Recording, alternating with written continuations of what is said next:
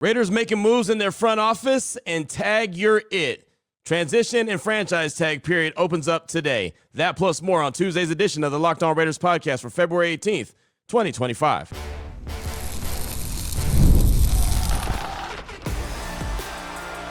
You are Locked On Raiders, your daily Las Vegas Raiders podcast. Part of the Locked On Podcast Network, your team every day. And welcome in, Raider Nation, to another edition of the Locked On Raiders podcast. Thanks so much for making the show your first listen of the day. Definitely appreciate you. If you're catching the show wherever you find your favorite podcast, that's great. You're checking us out on the YouTube page, that's great as well. We definitely appreciate that. The show continues to grow each and every day, not only during the regular season, but during the offseason as well. And as we all anticipate, this should be a very adventurous offseason for the Silver and Black. There's a lot going on, so definitely appreciate you tuning into the show whenever you get the opportunity. Big shout out to my man Ari. Does a great job behind the scenes, making sure the YouTube page looks good and sounds good each and every day. You want to hit him up, you can. He's on Twitter at Ari Produces. You can hit me up as well at your boy Q254. And if you want to be a part of the show, the Locked On Raider podcast voicemail line is 707-654-4693. As a matter of fact, we'll close out the show today with your calls and texts. A lot of different subjects that we've been talking about over the course of the last couple of weeks here on the show. And we'll try to get as many calls in as possible, as many texts in as possible. And as you can imagine, a lot of it has to do with the quarterback position. That'll be the number one conversation piece with the Raiders all offseason until they either land a quarterback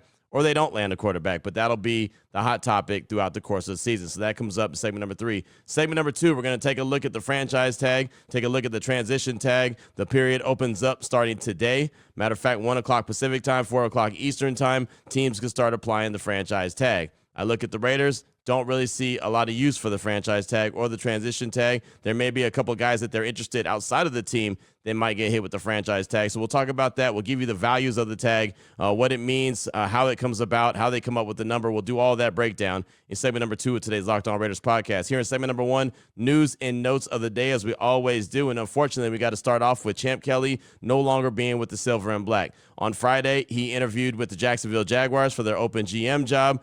He did not make it to the final round. That was something that I talked about on Monday's show. Matter of fact, Ian Cunningham from the Bears, the Rams, James Gladstone, Green Bay's John Eric Sullivan, GM Ethan Wall, and San Francisco's Josh Williams all are going to get in-person interviews starting on Wednesday. One of those guys will end up being the GM of the Jacksonville Jaguars. I think that they're way far behind. I don't think it's a good idea, but they do have, an interim GM in place right now, so they're trying to get everything together. They're trying to put their ducks in a row. I just think that it being February 18th, and they probably won't get a GM till the end of the week, is about putting themselves behind the 8 ball. But others that I've talked to think that they're okay. They'll find a way to figure it out. I tend to believe there's a reason why the Jaguars are the Jaguars, but that's just me. So what does that mean for Champ Kelly? Well, on Monday afternoon, saw my guy Tashawn Reed from The Athletic tweet out, the Raiders have parted ways with assistant general manager Champ Kelly. Kelly interviewed for the Jaguars GM vacancy last week. He's been with Las Vegas since 2022. So hate that for Champ. Kind of knew that the writing was on the wall. I remember Vinny Bonsignore had said that he had one more year left on his deal. They kind of rolled that over, so it looked like he was going to be with the Raiders for a little bit longer and then probably move on and go somewhere else. But unfortunately, the Raiders and Champ Kelly agreed mutually to part ways. So not sure what that means for Champ Kelly this year. It does not mean that he got the Jaguars job. I saw a lot of people tweet that at me. Oh, does that mean he's taking the job in Jacksonville? No, he did not get that job. And now he's not employed by the Silver and Black either. I hate that for him. I'm a guy that I root for him to be successful. Really good dude. I think he's a really smart dude. I know, as I've said many times, that plenty of different people have told me that he's going to be a GM of his team sooner rather than later. It will not be with the Silver and Black. He had that opportunity when him and Antonio Pierce were interims, both the head coach and the GM. He didn't get that job, and the writing was kind of on the wall. So we'll see what happens with Champ Kelly, but definitely wish him all the luck. Best luck. I thought he was a really good dude his time with the Silver and Black. I mentioned tag you're it, right? I mentioned the franchise tag, the transition tag period that opens up. So I know a lot of people are, hear the title franchise tag, transition tag, but what exactly does it mean? I'm glad you asked. Franchise and transition tenders are calculated by adding the respective tag numbers divided by the sum of salary caps from the previous 5 seasons, finally multiplied by the current season salary cap. Franchise tag figures are based upon the top 5 salaries at each respective position, while transition figures are based on the top 10. So that's how they come up with the titles and the not the title, but the actual number as far as what a quarterback, a linebacker, a wide receiver, an edge rusher, and also certain guys are distinguished as certain positions, right? There was a time when they looked at Khalil Mack and said, is he an outside linebacker or is he an edge rusher? Edge rushers make more money, outside linebackers do not, right? I've talked about Travis Hunter at some point in his career. Him being a cornerback is going to cost him money as compared to him being a wide receiver, right? I mean, because it's just the nature of the beast. So we'll go over those numbers. We'll talk about a couple guys that are out there that could possibly get hit with the franchise tag, not just from the Raiders, but also other teams around the league. We'll do that coming up, segment number 2 of today's Locked On Raiders podcast. Matter of fact, want to pass along a little nugget that Jeremy Fowler said on my radio show, Joe and Q on ESPN Radio on Monday, that I found to be pretty interesting. And also, as we've talked about Justin Fields here on the show as maybe a possibility for the Raiders, he actually thinks that the Jets and Justin Fields are in play. There's a chance that Justin Fields could end up in Gotham City as a replacement to Aaron Rodgers, and he can get maybe a 2-year deal similar to what Gardner Minshew got with the Raiders last year, which was 2 years, $25 million, 15 fully guaranteed. He said probably put a little bit of sugar on top, sweeten that a little bit more, give him a little bit extra money, but he thinks that that's what's in line for Justin Fields. He very well could end up with the New York Jets, and that's funny because that's one team that I have not talked about and have not even thought about being available for Justin Fields, but he wants the opportunity to be a starter. I know we've talked about him with the Raiders, and maybe he would be a starter for 1 year, but inevitably, I believe that Justin Fields is not a long-term solution for the Raiders or any other team, but clearly he's trying to get to a place where he could be that guy. So don't be surprised if the Jets, maybe the Steelers want to work something out with them. Obviously, they had him last year. They know what he brings to the table, so they would be a team to look out for, but don't get caught slipping with the Jets. They may be in line to make a play for one Justin Fields. So what are these transition tags? What are the franchise tag? How much is it going to cost a team to say tag you're it to certain positions, like a quarterback, like a linebacker, like an edge rusher, like a cornerback? We'll discuss that coming up in segment number 2 of today's Locked On Raiders podcast. Before we get to that, though, I do want to tell you about FanDuel. When the game tips off, the NBA action is just getting started, and there's no better place to get in on the action than FanDuel. It's America's #1 sportsbook. With FanDuel, you can place live bets throughout the game. So even if you missed the opening tip-off or want to bet on a fourth quarter comeback, you can stay in on the action. And if you're looking for a bigger payout, you can even combine your live bets into a same-game parlay. And there's so many different styles. There's so many different things that you can bet on, player props that are a lot of fun to get in on the action and make it even that much better. So right now, new FanDuel customers can get $150 in bonus bets if your first $5 bet wins. Visit FanDuel.com to join today. That's FanDuel.com for your shot at $150 in bonus bets. Make every moment more with FanDuel, the official sports betting partner of the NBA. All right, Raider Nation, here we go. Segment number 2 of today's Locked On Raiders podcast. Time to get into the franchise tag, the transition tag, what it all means, and how it could affect the Raiders moving forward. Wrapped up segment number 1 a little bit short just because I felt like this segment was going to go a little bit long, a little lengthier segment, so I figured it would even out in the grand scheme of things. So for the Raiders, they have 17 guys that are set to become unrestricted free agents next month. Malcolm Kuntz is one of those guys. They have guys like K'Lavon Chase on, and there's a lot of free agency that's going to be going on with the Raiders that you look at and figure, okay, how does this guy fit with what the Raiders are trying to do? How does this guy fit with Patrick Graham, who's returned as defensive coordinator? Is this a non-negotiable? Does he need to bring that back? Obviously, the Raiders aren't going to be able to bring everyone back, right? They have 29 total free agents, but 17 of them become unrestricted free agents next month when the new league year opens. So who should they prioritize? Well, the reason why I brought that up, and that was, actually Vinny Bonsignore of the Las Vegas Review-Journal has a really good article on that right now. I want to bring that up just to go ahead and transition into these different tags. And, there's been times in the past when the Raiders have had to use a franchise tag, most recently with Josh Jacobs. They went ahead and applied that tag on him, and we know how that worked out. As he's told me when I interviewed him in New Orleans that he was planning on not signing that thing and then coming back in and playing like the last 4 weeks of the year just to get credit for a season. Obviously, he didn't do that, but he still didn't have the great season. The franchise tag is not something that any player likes, right? I mean, think about it. When they did the collective bargaining agreement, when they, held out and they decided that they were going to change some things up, they basically didn't want to get tested for weed, but they were okay with having the franchise tag. Something tells me that they probably should have prioritized not having this franchise tag available for teams because it's just something that they don't like. But that's neither here nor there. That's what it is. The franchise tag is available. The good thing for the Raiders, as I look at them, and they have a lot of salary cap space to work with this offseason. We've heard reports that they're going to be big spenders. I kind of look up and down this roster and don't see anyone that they should prioritize that needs to be tagged, right? I mean, the quarterback position is over 41 million. And these numbers might change a little bit based off of whenever the actual salary cap is set. That it'll change a little bit, but you can get a ballpark figure of what's going on. The quarterback position is 41.3 million. Obviously, the Raiders don't have that guy, but if the Vikings so choose to, we've talked a lot about Sam Darnold. Maybe that's a guy that they hit with the franchise tag and they try to tag and then trade him. I could see them going that route so they make sure that they get some really good compensation in return. It's funny, before I move on, as I had Jeremy Fowler on my radio show on Monday on ESPN Radio, he was looking at all the players that are free agents, and he said, to be honest with you, Q, I don't see a guy that's really worthy of the franchise tag because of the money, like a $41 million quarterback with Sam Darnold, or a linebacker that's over $27 million, a wide receiver that's over $25 million, right? Offensive lineman, $25 million. Defensive end, like a Malcolm Kuntz, $24 million.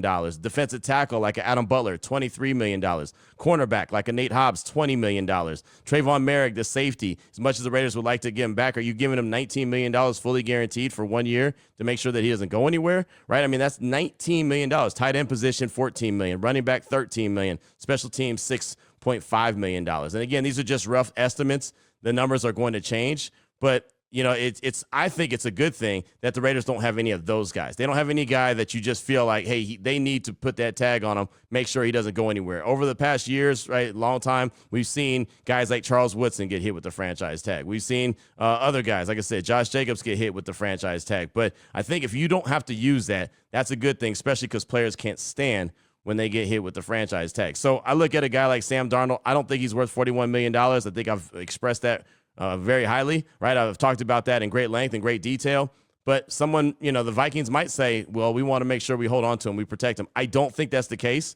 Again, talking to Kevin O'Connell, the Vikings head coach back in New Orleans on Radio Row, really sounded like they were excited about what they were doing with J.J. McCarthy moving forward and going to let Sam Darnold test free agency. So I don't even think you're going to see him get with the franchise tag. I saw my guy, James Rapine, who does Locked On Bengals. He does a fantastic job with that show. He had tweeted out that he saw that the Bengals, or he feels like the Bengals are going to franchise tag T. Higgins, which is almost $26 million. And I know there's a lot of Raider fans that say, yeah, T. Higgins would be a really good one, right? A number one wide receiver. Have him across from Jacoby Myers, Brock Bowers, Big Mike, right? Have him as part of the pass-catching arsenal, and now you're cooking with grease. But, again, if they hit him with the tag, what it sounds like they're going to do, $26 million basically, and then you have to give up draft capital if they do that and you decide that you want to pursue that route. I think there's other wide receivers that you can go out there and get. I don't think that the Raiders need to play and dance with anyone with the franchise tag.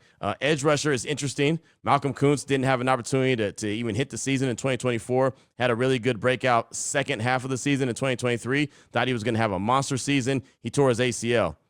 Is that worth $24 million, right? Or is John Spytek and company going to say, yeah, thanks, but no thanks. We're not going to spend that kind of money to keep you in-house. I think they will all want to keep Malcolm Kuntz in-house. I think he's a really good player. I think Max Crosby is a big fan of his, right? What he brings to the table, his work ethic, but is it $25 million worth, right? Remember, they still have to address Max Crosby. Now, he's not a free agent.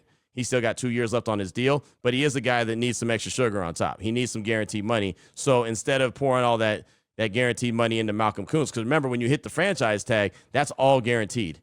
And then it immediately hits your salary cap as well. So if you hit Malcolm Kuntz with, like, say, the franchise tag, $25 million, that's $25 million on the salary cap. You have to, account that against the salary cap. So you go from having 90-something million dollars in salary cap space to having, 70-something.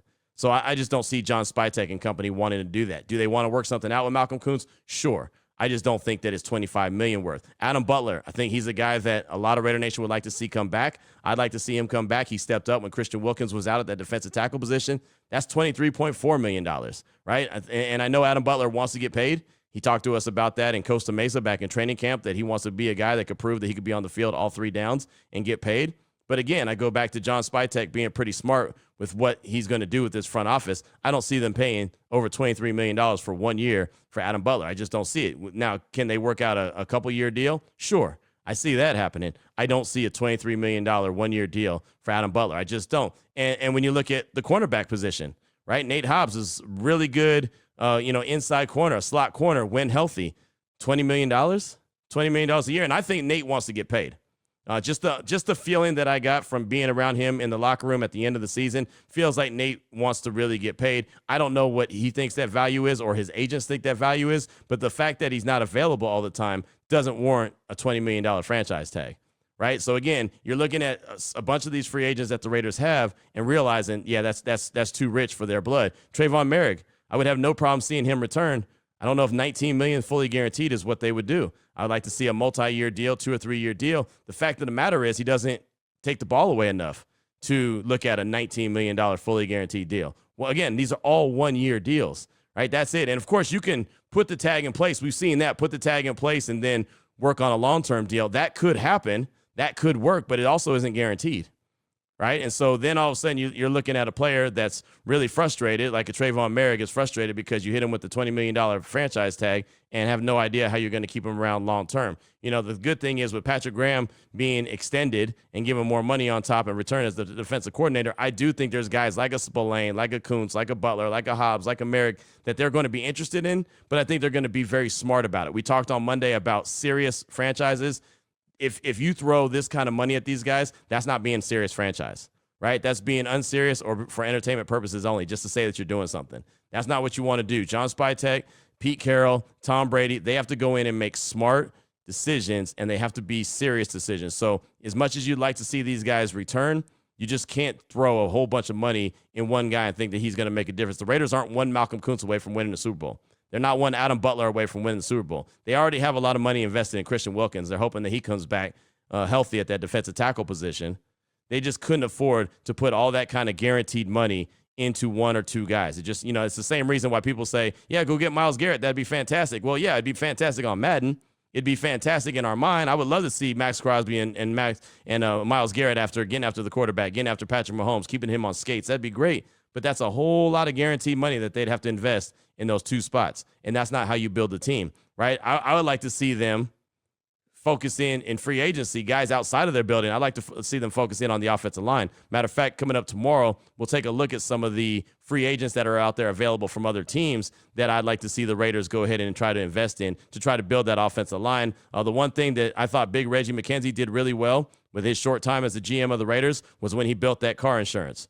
Right? When he had Donald Penn, when he had Kelechi Osemele, when he had Rodney Hudson, Gabe Jackson, right? Austin Howard, when he had those 5 along that offensive line, and those dudes were big, nasty, strong, that was when they had a really good offensive line. I would have no problem if the Raiders went out and spent some big money getting their tackles straight, getting their guards straight, putting JPJ in the center position, and letting them go from there. I would love to see them address the trenches on the offensive side of things. Again, I think that they can work on some guys that they have in-house for the defensive side, like Adam Butler, right? Even if you have to bring John Jenkins back, I mean, that's fine. He's a little older in the tooth, but even if you have to bring him back, that's fine. You could bring him in a rotation piece, but that offensive line has got to be solidified. We know what Pete Carroll wants to do. He wants to run the ball, and he needs to protect the quarterback. No matter what quarterback is back there, you go get a guy that's a veteran, you go get a guy that's drafted, you got a guy that's in-house already. It doesn't matter. You're going to have to protect him. So I'd love to see them really target that offensive line early and often in this offseason, in this free agency process. So those are just some numbers to look at. Again, I don't think the Raiders are going to be active with anyone. I saw a couple people say hit Trayvon Merrick with it. I just don't think that's a good idea. Almost $20 million for a franchise tag for a guy who had, 3 interceptions in 2023 or 2024, I should say, probably 2023 and 2024. It wasn't a whole lot.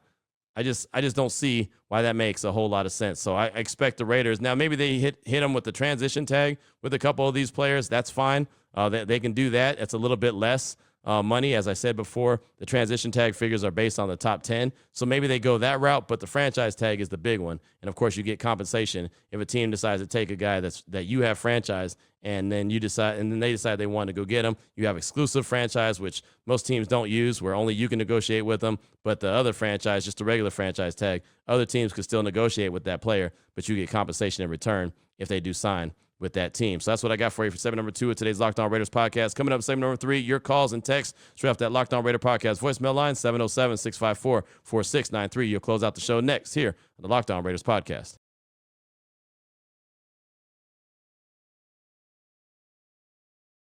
Here we go, Raider Nation. Segment number 3 of today's Locked On Raiders podcast. Your calls and text 707-654-4693. Let's start things off with Heavy D in Western New York. He's calling to talk about Justin Fields and the fact that he's happy I'm coming around on the idea of bringing him in as a bridge quarterback. Here he is, Heavy D in Western New York. Q, this is your Raider liaison, Heavy D in Western New York. Hey, hallelujah, hallelujah. I'm driving to work, and I'm hearing you open to Justin Fields. At last, my man. Justin Fields is the answer, folks.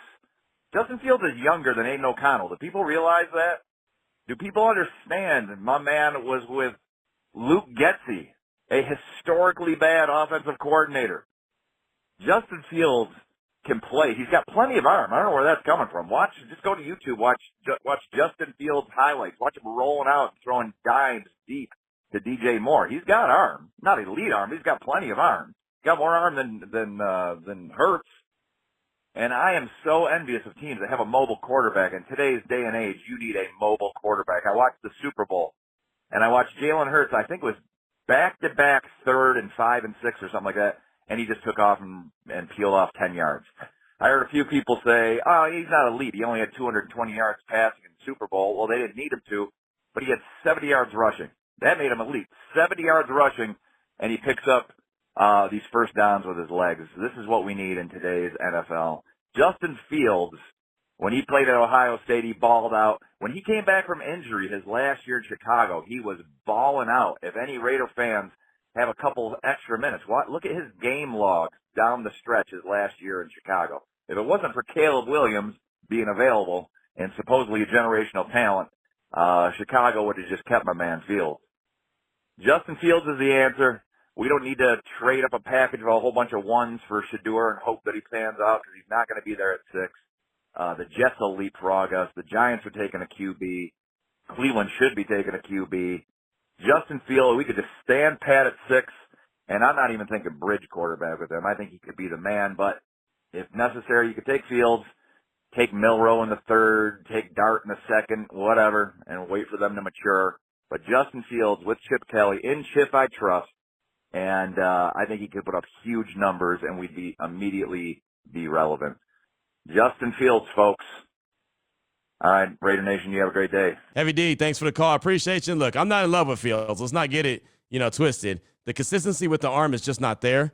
I don't like that. But I also don't look at him as a long-term solution. Right? He's a bridge guy that I can get behind if it's a 1 to 2 year deal. If it's anything close to what Gardner Minshew got, I can get behind that. And mobility is there. The age is perfect. You mentioned the age, right? I mean, you could probably get him on a cheaper deal. Now, if he wants to try to break the bank and think that he's some franchise guy and he wants a 4 or 5 year deal, the Jets can have him or any other team. Pittsburgh can keep him, right? And look, I think Pittsburgh is going to be in line for him anyway. But if he's just trying to prove it and prove what he can do and then go on to sign a bigger and better deal somewhere else, I think I'd be okay with that. Like I said, it took me a while to come around on Justin Fields. Obviously, last year when the Raiders hired Luke Getsy to be the offensive coordinator, we knew that was game, set, match. There was no chance of Fields ending up in Las Vegas. But there could be a chance that they use him as a bridge guy. And, again, if the money's right, I think it would be okay. But thanks so much for the call. I do appreciate you. Up next, got a text from Grim Raider from Fredericksburg, Virginia. Hey, Q and Ari, Grim Raider here from Fredericksburg, Virginia. I must admit I'm liking the way things are going so far with Tom Brady, Pete Carroll, Patrick Graham, and now Chip Kelly. I'd be pleased to see these upcoming moves and drafts. Resign Spillane, Hobbs, Kuntz, Butler, Palomau, and Chason. Extend or restructure Crosby's contract, sign Justin Fields, and some decent offensive line guys. Wishful thinking about the trades for Myles Garrett to be bookend to Mad Max. As for the draft, I used to be all for Sanders and Ashton Genty, but now I'm not so sure about Sanders, and I'm all in on number 6 pick for Genty for sure, 100%. Then later, maybe Jackson Dart or Dylan Gabriel to compete with Fields. I appreciate all that you and Ari are doing. Keep up the good work. Just win, baby. Go Raiders. That's from the Grim Raider from Fredericksburg, Virginia. Thanks so much for that. And I'm still in on Shedeur. I think Shedeur at number 6 still makes a lot of sense, and I still think it's possible. Right? I know that a lot of things could happen. The team could jump over the Raiders real quick and decide that they want to get him, but I just think it makes sense. I think Shedeur would do a really good job in Las Vegas. So I'm still there. I don't think that Ashton Genty at number 6 is where the Raiders are. I don't really think any team's going to draft a running back at number 6. I could be wrong. He's fantastic. But the good thing about that is that this is a really deep running back class. So if you don't get Ashton Genty, if you don't get Cam Scatterboo, if you don't get Devin Neal, right, there's other dudes you can get that are going to be really good running backs. This is, if you need a running back and the Raiders need multiples, this would be the draft to get them. So I don't know how high Pete Carroll wants to take a running back. I do believe that you'll see the Raiders come out of the draft with at least one, maybe two, as we talked about late last week. So thanks so much for that. As far as the other guys, Hobbs, Coons, Butler, Palomar, you're not going to resign everybody, right? They're going to be, kind of, picky and choosy on who they're going to sign and who they're going to, try to build around on that Patrick Graham defense. The good thing is all those guys know the Patrick Graham defense, so any of them that do return will already have a leg up in the right directions, but it's okay to want better as well. So thanks so much for that text. Definitely appreciate you. Up next, got a call from John B., our resident R&B man. He's calling to talk about backup quarterbacks moving up in the draft and how he thinks the Raiders should put things together. Here he is, John B. Hey, Q. This is John B. In light of some new information and possibilities, trades and bargain deal basements, we ain't trying to do all that. But this is very interesting. Backup quarterback, Kansas City Chiefs, 32 years old, free agent. We know he can play. He just hasn't played. He took the safe way, you feel me, the store and the idea, you feel me, to back up Mahomes. Sign him to a 3-year, 2-year guarantee, you feel me. Time to the coach, Pete Carroll. Pete Carroll loves to run the ball. Quarterbacks are going in the first round, 1 and 2, Ward and Sanders. I won't like it, but I'll accept it. But Jason, that boy, Gentry, draft him with number 6. Okay? Move up in the draft if you have to, and I'll say get that offensive tackle, move DJ D.L. Glaze to guard, Austin Powers to center, put him at right tackle, make it work, or stay pat and just draft the best available player. But yeah. The backup of Kansas City, Wentz from Florida State, perfect. 32 years old, 3 years, 2 guarantee. Take Gentry, put him up in there, you understand me? And because you're going to have an extra $40 million when you cut a few players, right, and re-sign and restructure, you're going to have an extra 40, then you can make a play for Myles Garrett. That'll show Myles Garrett what we're about, Draft some young cornerbacks and watch what happens. Thank you. John B. with the plan. I don't know, man. I'm completely out on Wentz. I do appreciate the call. I'm so out on Wentz. Wentz's better days are way behind him, and those were Philadelphia. He hasn't been the same since he left Philadelphia, went to Indianapolis, went to Washington. He ended up in L.A. He's been in Kansas City. I'm so out on Carson Wentz. There is no bone in my body that thinks that he would be a good quarterback for the Silver and Black. There's not a bone in my body that thinks he'd be a good quarterback for anybody, to be honest. I just don't see it. Carson Wentz is not that guy. If the Raiders were to go and make a move to sign Carson Wentz, that'd be a very unserious move. Again, that's the theme that I'm going to rock with all offseason. The Raiders are making serious moves, unserious moves, or for entertainment purposes only. And I hope more times than not I'm talking about serious moves. Carson Wentz would be very, very unserious. If they move up in the draft, they could. I don't know if they have to. Right, I'm not a big fan of moving up if you don't have to, giving up extra draft capital, because as we know, they need as much talent as possible. So if they go into the draft with 10 draft picks, I'd love to see them get 10 draft picks, be very choosy, or maybe even use a couple to maneuver and target a certain guy here or there. But I just don't want them to give up a ton of draft capital to move up and go get one particular guy. If they're sold on Cam Ward, if they're sold on Shador, sure, go ahead and go get it. But try not to give up the farm for moving up a couple spots as far as I'm concerned. But thanks so much for that call. Definitely appreciate you. Just got time for a couple more. This one's a text from some guy in Chico. Q, you read a text yesterday about wide receiver Ricky White III out of UNLV. I went to the UNLV Boise State game this year mainly because I wanted to see Ashton Genty in person. While there, I was super impressed by UNLV linebacker Jackson Woodard. Most of the game, he was spying Genty and was a big part of holding him to the lowest rushing total of the season. Like Ricky White, he also played special teams. He was on all the kick coverage and return teams, despite being their best defensive player. The more I saw him play, the more he reminded me of a younger Robert Spillane. I'm a Fresno State guy, so I'm not trying to go through the university roster player by player, but since you're in town, what are your thoughts on Jackson Woodard as a mid to late round pick? That's from some guy in Chico. Thanks for the text. I appreciate you. And it's funny, when I was thinking about Ricky White, when I was talking about him on yesterday's show, in my mind, I was thinking about Jackson Woodard. That linebacker is a really good player. He came over from the SEC. He played under Barry Odom there in the SEC, and he did some really good things at UNLV. I don't know when he's going to get drafted. I feel like it's going to be a later round draft pick, but he's definitely a dude that's going to go get after it. I've had a couple opportunities to talk to him. He's a really good dude, but he's an even better player. I would definitely be okay with them giving up a later round pick to bring in Jackson Woodard. At the very end, just like Ricky White, both those guys are going to play and excel on special teams. And then everything else that you get from them as far as just players would be gravy as well. I like Jackson Woodard a lot. He's a really good player, really leader, big-time leader for UNLV, and really helped them, him and Ricky White, helped them get to where they were this past year, where they were competing for, not only the Mountain West title, but also competing for the college football playoff berth. So, I'm all in on both those guys. If the Raiders find a way to get both of those guys, that's not a bad thing. So thanks so much for that text. I do appreciate you. Up next is a call from Proto in Vancouver. He's calling to talk about the quarterback position, who he likes, who he doesn't like, and also tells us what we should do or should not do. Proto in Vancouver. Hey, Q. I know I called. This is Proto from Vancouver. Disregard my first message because I just heard the gentleman call in and given a reason why Sam Darnold is not a good idea. So I want to offer a counter to that. One, I already said I don't want Sam Darnold at 4 years, 170 guaranteed. That's too much. But the Baker Mayfield is a good idea. Why?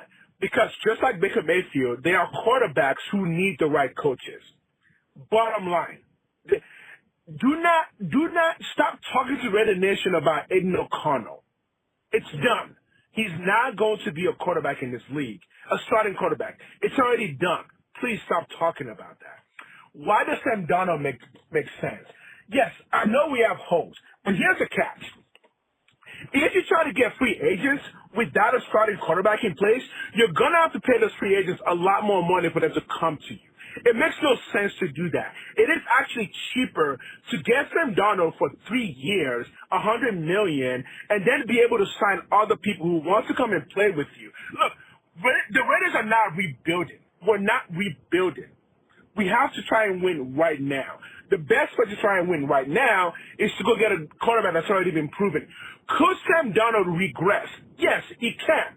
But if Sam Darnold is playing well with O'Connell, maybe the answer is he just hasn't had a good coach. And yes, coaching matters. Coaching matters. It matters. Do not tell yourself that coaching does not matter. Yes, a quarterback can come into the league and be bad for several years till they get the right coach. That is possible.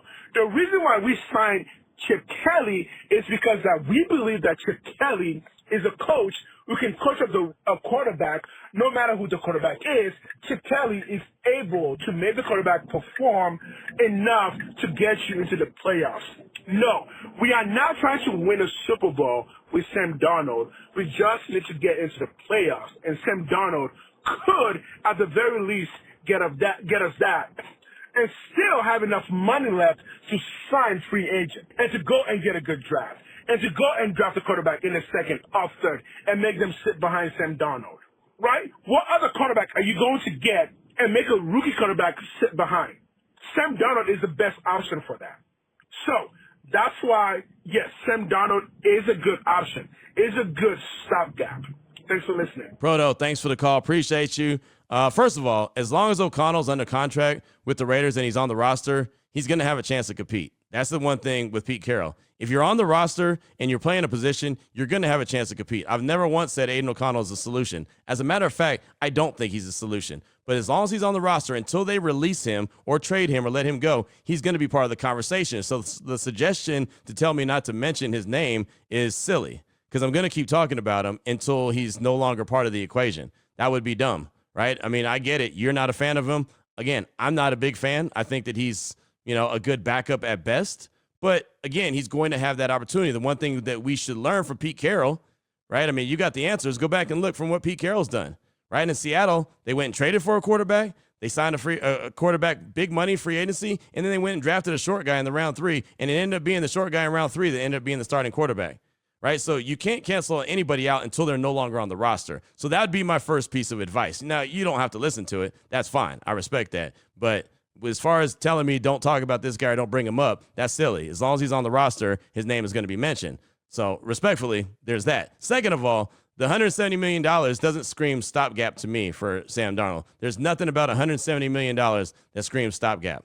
Now, if you think that Sam Darnold is the franchise quarterback and he could be the long-term solution 4 or 5 years, sure, cool. $170 million, go for it. But if you're just talking about a stopgap guy, which the definition of a stop guy is not for long, right? Just kind of like the NFL, not for long. A guy that's going to be there, and then he's not going to be there. He's going to make way for someone later on down the road. Exactly what he was supposed to be in Minnesota before J.J. McCarthy got hurt, and then all of a sudden he went and balled out. So if you think that he has a chance to be the franchise guy for the Raiders long term, sure, that $170 million makes sense. But if you're just talking about a stopgap, which I think we're all talking about a stopgap, that's too much money for that. That's more money than Kirk Cousins got in Atlanta, and you saw how that all played out. So there's that. But thanks so much for thanks for the call. I do appreciate you. That's going to do it for today's show. Got a text from Raid Kingdom in Nashville, a call from Raider Izzy, and more. We'll get to those on tomorrow. I was doing this show a little man down, a little banged up. I think I was, what's the term that they use? I was questionable for this game today,